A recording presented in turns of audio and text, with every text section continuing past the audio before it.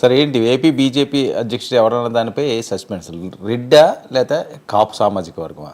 ఎందుకంటే ఎక్కువ ఓటు శాతం కాపు సామాజిక వర్గం ఉందని మాట్లాడేసి మరొక వైపు కిరణ్ కుమార్ రెడ్డి గారు ఇంకా అధ్యక్ష పదవి చేపట్టబోతున్నారు, అందుకనే కొన్ని వ్యాఖ్యలు ఆయన చేశారు అని చెప్పి మాట్లాడే పరిస్థితి. రాయలసీమ వాసులకి ఈసారి అధ్యక్ష పదవి ఇచ్చే అవకాశం ఉంటుంది అన్నది ఎవరికి ఇవ్వాల్సిన అవసరం? మీరు రెండు కులాల పేర్లే చెప్తున్నారు. సుజనా చౌదరి గారు కూడా ఉన్నారు, ఆయన శాసనసభ్యుడిగా కూడా ఉన్నారు, మాజీ కేంద్ర మంత్రిగా కూడా ఉన్నారు. సరే రకరకాల మొత్తానికి బీజేపీ అనేది కొంచెం ఒక సందిగ్ధంలో ఉంది. టీడీపీ జనసేన మధ్యలోనే జరుగుతుంది కాబట్టి వాళ్ళు కొంచెం మార్కింగ్ టైం అన్నట్టుగా ఉన్నారు. కానీ పురంధరేశ్వరిని తక్షణం తొలగించడం కాదు, మార్చాలి. అప్పుడు ఏదో పెట్టారు కానీ she more close to Telugu Desam than to BJP. బీజేపీకి ఉపయోగపడిన దానికంటే ఆమె ఉనికి, ఆమె పదవి తెలుగుదేశంకి ఎక్కువగా ఉపయోగపడుతుంది పరోక్షంగా అనే అభిప్రాయం బీజేపీ వర్గాల్లో, మరీ ముఖ్యంగా ఆర్ఎస్ఎస్ వర్గాల్లో, సంఘ పరివారంలో ఈ అభిప్రాయం బలంగా ఉంది. కానీ ఇంకా చాలా వీర సైనికుడైనటువంటి ఆర్ఎస్ఎస్ ఆయన సోమవీర్రాజు టర్మ్ ఏమో అయిపోయింది. అవును.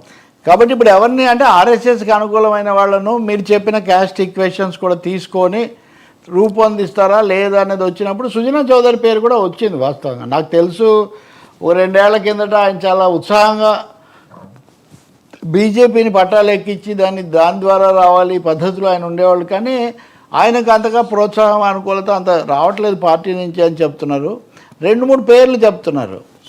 వాళ్ళలో కొన్ని అనూహ్యమైన ఒక పేరేమో నాతో ఎవరో తెలుగుదేశం వాళ్ళు కూడా ఉన్నారు, ఈయన అవ్వచ్చేమో ఆయన అవ్వచ్చేమో ఈ పద్ధతిలో. ఎమ్మెల్యేగా ఉన్న ఒక బీసీ వర్గానికి చెందిన ఒక డాక్టర్ ఒక ఆయన, ఇలాంటివన్నీ. ఇంకోటి ఏమో ఎప్పటి నుంచో ఉండి తీవ్రంగా అంటే జగన్కి అనుకూలం అని పేరు పొంది కూడా చంద్రబాబుతో కూడా చేయలేనటువంటి విష్ణువర్ధన్ రెడ్డి, ఇలాంటి పేర్లన్నీ కూడా వినిపిస్తున్నాయి. దీన్ని తేల్చుకోకుండా వాళ్ళు కాలక్షేపం చేస్తున్నారు. గతంలోనే అన్నట్టుగా జేపీ నడ్డా స్థానంలో ఎవరిని నియమిస్తారు అనేది పైన తేలితే పెద్దక్క ఓలి తెగితే చిన్నక్క ఓలి అదే తెగుతుందని ఒక సామెత. కాబట్టి అక్కడ తేలితే దాని ప్రకారం ఇది తేలుతుంది. నేను ఏపీ గురించే కాదు, తెలంగాణలో కూడా బండి సంజయ్ పక్కగా ఆయన మంత్రిని చేశారు. నెక్స్ట్ ఎవరు?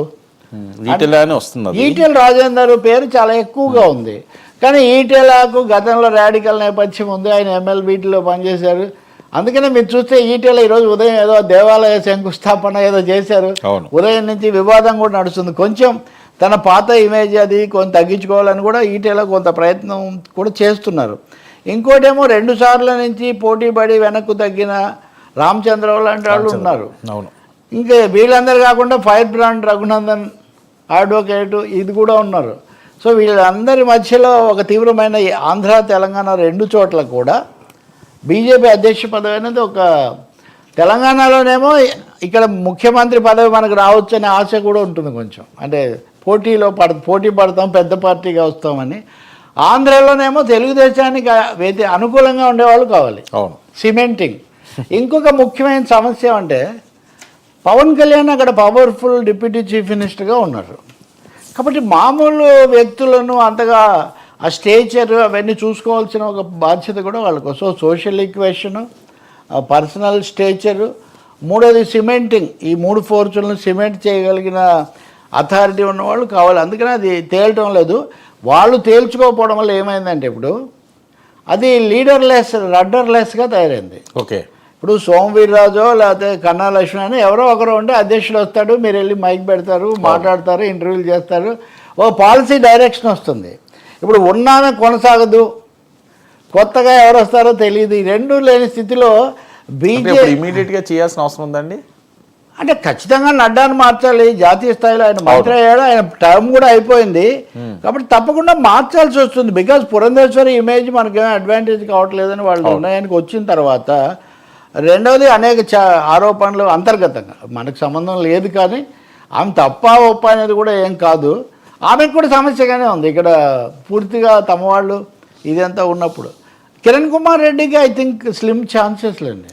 ఆయనకు స్టేచర్ రీత్యా చూస్తే మాజీ ముఖ్యమంత్రి కాబట్టి అందరికంటే ఆయన టాల్, అంతే కదా. ఆయన అన్నాడు కదా ఎక్కడో, ఇంకా నాకు ముఖ్యమంత్రి పదవి కంటే పెద్ద పదవి ఏముంటుంది, నేను పదవి ఆశించి బీజేపీలోకి పోవడం ఏముంటుందని కూడా ఆయన ఒకసారి ఒక డైలాగ్ వేశారు. నిజమే, 2 3 ముఖ్యమంత్రిగా ఉండడం అనేది చాలా అరుదుగా రాజకీయ నాయకులు ఒక 50 మందికి కూడా వచ్చి ఉండదు ఇప్పటికీ. కాబట్టి కిరణ్ కుమార్ రెడ్డికి పైగా కాంగ్రెస్ ఇవన్నీ పెట్టుకొని సంఘ పరివార పెద్దలు ఒప్పుకోరు. ఇది కూడా కాంప్లికేట్ చేస్తుంది పరిస్థితిని. మీరు చూడండి 3 పార్టీలు కలిసి సమాన స్థాయిలో ఒక ప్రకటన చేయడం చూసారా? అవును. ఆ సీఎం మొదట్లో జరిగిన లెజిస్లేచర్ పార్టీ సమావేశం తప్ప. అందుకని ఎవరు వస్తారు అని నడ్డా మీద ఆధారపడి ఉంటుంది. అయితే ఇంకో 2-3 పేర్లు ఉన్నాయి. పైగా వెంకయ్య నాయుడు ఇక్కడ ఒక పరోక్ష శక్తి. ఆయన ఆశీస్ ఇప్పుడు సత్యకుమార్ ఉన్నాడు అనుకోండి, సత్యకుమార్ పూర్తిగా వెంకయ్య నాయుడుకు సంబంధించిన